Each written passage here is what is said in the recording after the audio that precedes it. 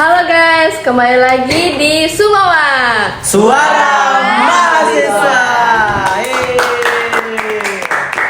Oke, pada perbincangan kali ini kita akan membahas tentang dampak media sosial terhadap kesehatan mental pada mahasiswa. Pada mahasiswa. Pertama-tama kita perkenalkan diri dulu nih guys.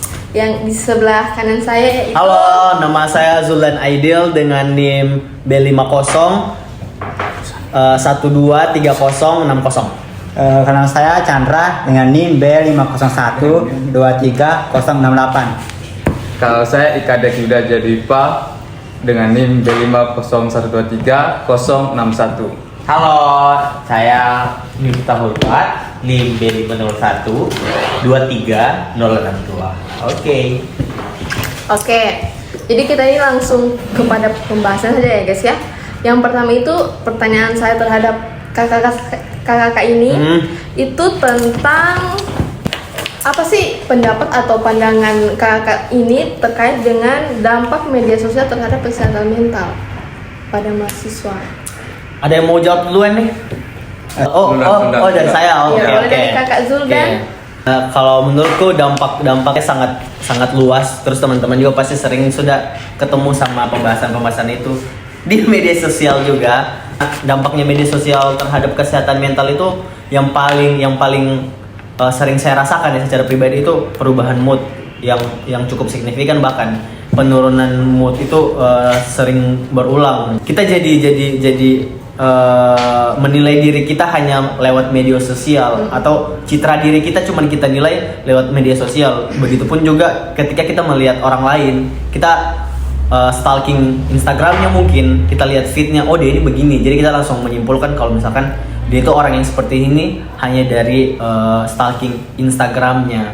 Kalau saya sih itu seperti pisau ya, bermata dua, ada yang tajam, ada yang tumpul, bisa berdampak negatif, bisa juga berdampak positif. Ada juga pengguna-pengguna lain yang biasa bisa sebut cyberbullying lah, dia membuli atau tanggapan negatif. Jadi saya itu merasa gimana, saya langsung kena mental gitu. Kalau dari saya, dampak media sosial terhadap diri saya itu mungkin lebih ke arah yang negatif. Nah, karena melalui media sosial biasa saya tuh merasakan iri hati kepada orang lain. Contohnya salah satu teman saya yang ada di kampung di Palusin kerja, bahkan dia itu tidak kuliah, tapi dia mampu menggunakan media sosial itu lebih ke arah yang positif gitu. Seperti dia membuat konten, dia unggah di media sosialnya. Nah, disitulah biasa saya memunculkan rasa iri hati. Dari kakak Miftah? kalau saya sih dampak negatif positifnya sebenarnya kalau saya sendiri dua-dua ada sih. Yang pertama ke dampak positif, saya kembali lagi pada diri kita sendiri. Yang pertama ya, di sosial media ada namanya algoritma. Ketika kita sharing apa yang kita suka, misalnya saya akhir-akhir ini lebih suka sharing ke orang-orang yang punya personal branding, bagaimana membangun itu, melihat orang-orang yang sudah punya brand Instagram dan sosial media lain, itu saya kayak merasa termotivasi untuk buat itu seperti itu. Tetapi kembali lagi yang dibilang kadang ada iri hati, biasa juga ada teman kita kayak lebih bisa dari kita, agak-agak iri hati. Tapi justru ketika kita lihat dari sisi positifnya, yaitu menjadi sebuah hal yang bisa memotivasi buat juga kecanduan. Banyak kayak saya tiap saat mungkin di video ini mungkin saya sering cek HP walaupun tidak ada yang chat, itu jadi bisa jadi ke sindrom cek HP walaupun sudah terbiasa dengan sosial media. Itu aja sih kalau dari saya. Cara penanganan atau mengatasi dampak yang kita rasakan sendiri kan? Kalau dari kakak sekalian, apakah ada yang mungkin yang dampak yang dirasakan mungkin dengan mengatasi dengan mungkin lebih percaya diri kah atau yang lain? Oh, maksudnya berarti menangani dampak-dampak negatif yang ada gitu. Kalau dari saya sendiri ya, sebelum menanganinya, yang pasti orang harus sadar dulu toh apa yang bisa berpengaruh terhadap kita. Kalau saya sendiri cara menanganinya itu karena saya sadar kayak yang Bung Miftah bilang tadi tuh sudah mengganggu keseharian, produktivitas dan lain-lain.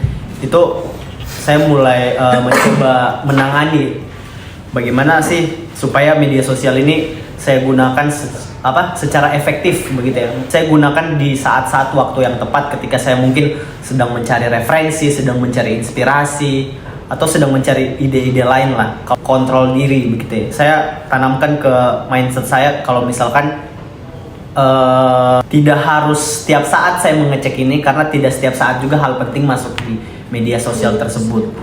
Ketika saya memang betul-betul sedang membutuhkan inspirasi, membutuhkan ide-ide, atau sekadar membutuhkan relaksasi lah dari yang tadinya saya dari kampus capek belajar dan lain-lain, butuh dopamin untuk merefresh kembali otak, butuh kesenangan kembali. Nah, pada saat itu saya baru menggunakan media sosial. Hampir sama dengan saudara Zuldan tadi, tapi ada satu tambahan dari saya, yaitu tetapkan batasan. Jadi kita ini kalau menggunakan media sosial itu ingat waktu. Jadi kalau hal pertama kita lakukan itu kita harus berinteraksi antar muka. Sering lah begitu. Jangan cuma media sosial terus. Jadi kita berbicara sesama seperti kita ini. Pasti kita akan ketagihan seperti kata saudara Miftah tadi itu. Pasti kena sindrom lah. Begitu lah. Sindrom cek HP ya. Iya. DKK deh. Nah, kalau saya ini kan dampak negatif yang saya rasakan tadi seperti apa, iri hati Iya, ketika iri hati. melihat teman-teman yang bisa membuat konten di Iya. media sosial. Jadi menurut saya cara mengatasinya itu kalau ada videonya orang skip saja, jadi nonton. Oh, lebih kepada menghindari ya. Menghindari. Nah, itu saja.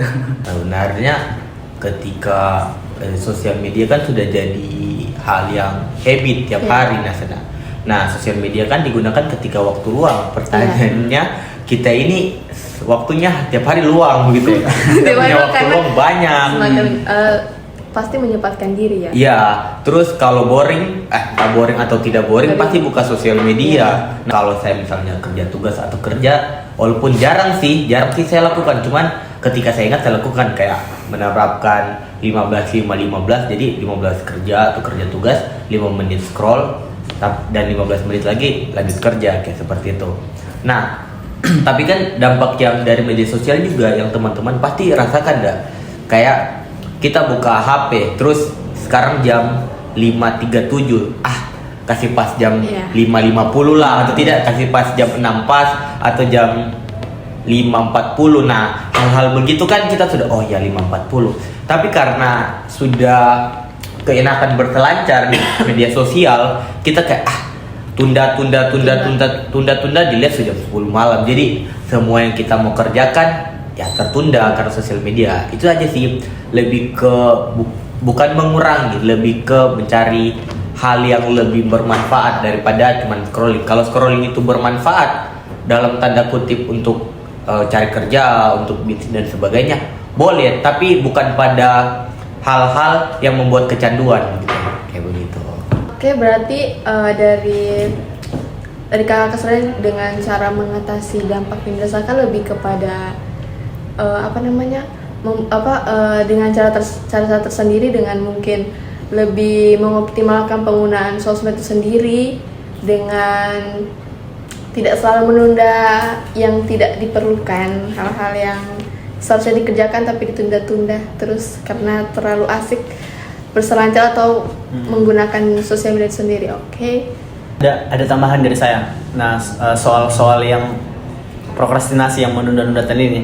Biasanya di media sosial itu ya, saya melihat karena kita sering scroll reels, TikTok, video-video pendek, kita merasa waktu yang kita pakai di media sosial itu sedikit, kita merasa sedikit gitu ya. Tapi sebenarnya kan misalkan video TikTok 10 detik, 15 detik, scrolling lagi 10 detik, 15 detik. Nah, 15 detik ini terakumulasi dari banyak video. Akhirnya tidak ada perasa itu karena kita bangun persepsinya, oh ini video cuma 15 detik, tidak lama kok, sedikit lagi. Akhirnya karena persepsi tadi itu kita kayaknya cuma butuh 1 menit deh untuk saya scrolling, untuk cari kesenangan sementara. Kita pada akhirnya tertipu begitu ya. Padahal waktu-waktu yang kita pakai itu sudah terakumulasi jadi dari 15 detik tambah 15 detik tambah 15 detik, akhirnya jadi 1 jam. Tidak ada perasa karena video pendeknya kita scroll terus menerus. Sedangkan kalau di YouTube video yang 20 menit itu ya terasa lama sekali. Iya. Kenapa ya? Karena cuma satu topik tertentu. Sedangkan kalau di Reels, TikTok itu Pasti berbagai macam topik dan topiknya juga sesuai algoritma, hal-hal yang kita suka gitu ya. Jadi sebenarnya kita ditipu sebenarnya sama algoritma ini. Mereka cari hal-hal yang kita suka, dia paparkan ke kita supaya kita merasa waktu yang kita habiskan itu tidak terlalu banyak, padahal sebenarnya sebaliknya. Iya. Menurutku begitu. Yang buat konten juga sudah mereka pikir apa sih konten yang bisa disenangi banyak orang dan relate, sudah mulai kayak buat ciri-ciri teman red flag lah, apalagi ciri-ciri pacar, ciri-ciri ini yang orang-orang sudah kaitan-kaitan dengan diri. Oh, kok relate, pacarku kayak begini, relate begitu ya. Jadi dia sudah apa istilahnya trust issue ya, trust issue. Nah, banyak sekali sekarang entah per laki-laki atau perempuan itu punya mental seperti itu. Kayak sedikit-sedikit dibentak nangis kayak misalnya begitu. Nah, apakah salah? Ya tidak juga. Cuman padahal konteksnya itu jauh dari permasalahan yang ada di TikTok. Misalnya cuman kayak misalnya pacarnya cuman jalanin orang, misalnya jalanin temannya, dia pikir pacarnya babong, pacarnya selalu bla bla bla bla bla. Dan itu dia tidak lihat langsung. Itu saat dia lagi sedih, ketika dia buka TikTok, kayaknya relate dia sudah jadi permasalahkan itu bukan karena pacar juga, tapi biasa karena keluarga, biasa trust issue kepada orang tua, trust issue kepada keluarga. Itu yang membantu mentalnya mereka kayak apa istilah mental disuap, harus disuap. Mereka harus dimengerti. Apalagi banyak keluarga sayangi dirimu sendiri. Nah, toh manusia kan tidak bisa diklasifikasi semua sama, dan manusia juga punya kelebihan dan kekurangan ketika kau klasifikasikan sama dengan apa yang ada di sosial mediamu. Ya, kau salah gitu ya. Kayak begitu ya. Ini kan pasti apa sih yang kakak rasakan terkait dampak media sosial itu sendiri terhadap hubungan kita dengan Dan orang lain. hubungan interpersonal kita sama orang Iya. lain. Oke. Kalau dari saya sih berkaitan juga dengan yang Miftah paparkan tadi. Kita itu karena media sosial kita menjadi meromantisasi masalah kecil. Iya. Akhirnya masalah yang tadinya kecil Jadi diromantisasi jadi seakan-akan itu masalah yang berat Iya. gitu ya.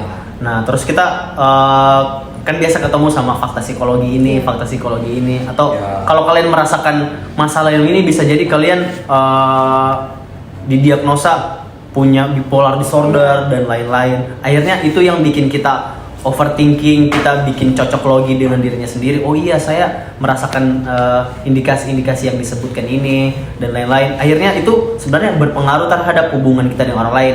Ketika kita ketemu dengan orang lain di dunia nyata, orang lain tersebut misalkan bercerita soal masalahnya begitu ya, dia bercerita soal masalahnya ke kita. Nah, karena kita sebelumnya lihat TikTok indikasi-indikasi gangguan kesehatan mental yang sebenarnya kita belum didiagnosa sama psikiater dan lain-lain, kita meromantisasi masalah kecil kita. Akhirnya kita muncul enggak kok, masalah kalian itu jauh lebih kecil, masalahku jauh lebih besar. Nah, membanding-bandingkan masalah ini juga kan dapat memicu ketidaknyamanan antara satu sama lain gitu ya. Sebenarnya kalau dari sepenglihatanku, dari kacamataku, banyak sih konten-konten di TikTok, Instagram seperti itu. Tetapi yang memperparah itu adalah komen. Di komentar. Iya, betul. Ada That's it. Ya, ada satu kata-kata kayak ciri-ciri pacar yang selingkuh, bla bla bla, atau ciri-ciri orang yang jangan diteman, bla bla bla bla. Dimana kalau hubungan interpersonal teman itu kan dari media sosial bisa menimbulkan konflik atau kesalahpahaman. Bisa kan saya menggunakan media sosial, di situ ada teman yang komen, begini. Jadi pas setelah bertemu itu jadi kesalahpahaman begitu, jadi bertengkar, tidak baku omong lah sudah. Oke, dari perbincangan kali ini ada dampak positif maupun negatif yang dipaparkan oleh atau yang dirasakan dari kakak sekalian ini. Oke, perbincangan kali ini saya tutup sampai di sini. Assalamualaikum warahmatullahi wabarakatuh. Terima kasih. Terima kasih. Bye bye. Bye.